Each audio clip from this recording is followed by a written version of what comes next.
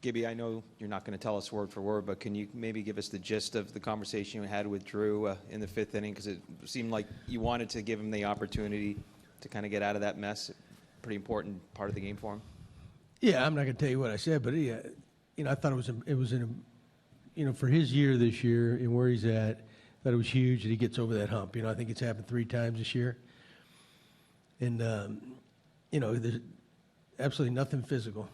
I thought it might have been a mental thing. So, and which is natural, for a young guy like that. And I thought that was very important, and I think hopefully that can carry him on.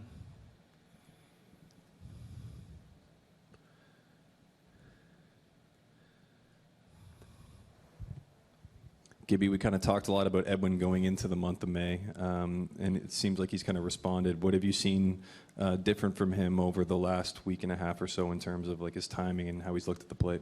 Yeah, he's definitely getting better. When his swing comes together, I mean, it's a pretty swing too. Earlier I saw him, a lot of top spin balls. He's getting under he's getting a lot of top spin, which is usually a little bit bigger uppercut than he normally has. That's usually what happens. But he's dangerous. I know even when he's struggling a little bit. I mean, he strikes fear into you if you're on the other side. One mistake, that's what he can do. And today he got the breaking ball and smoked it. So, hopefully that's the start of something big for him. In the end, you got to figure his numbers are going to be where they always are. That's generally what happens. Those guys have been around. So, yeah, that's big. That just adds a little bit more to our lineup when he's going good.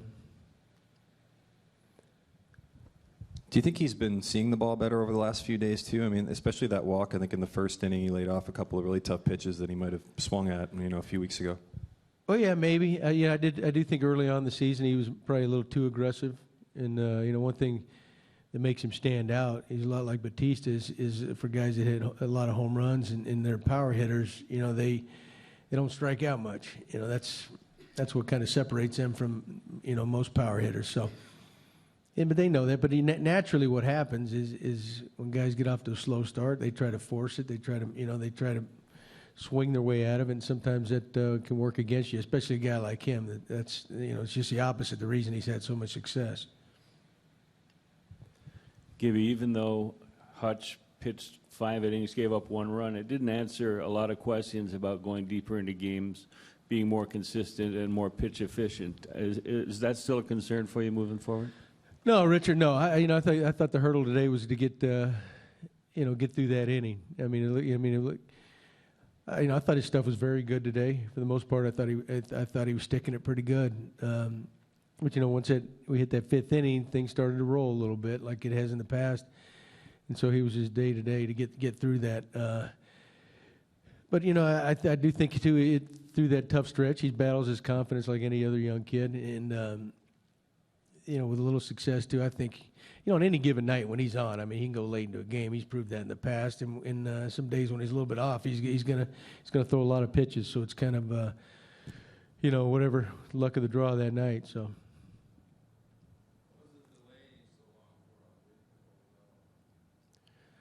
Well, I think maybe Doug Eddings was a replay guy in New York or something. I don't know, man. Anything further? Thank you, Gibby. Okay.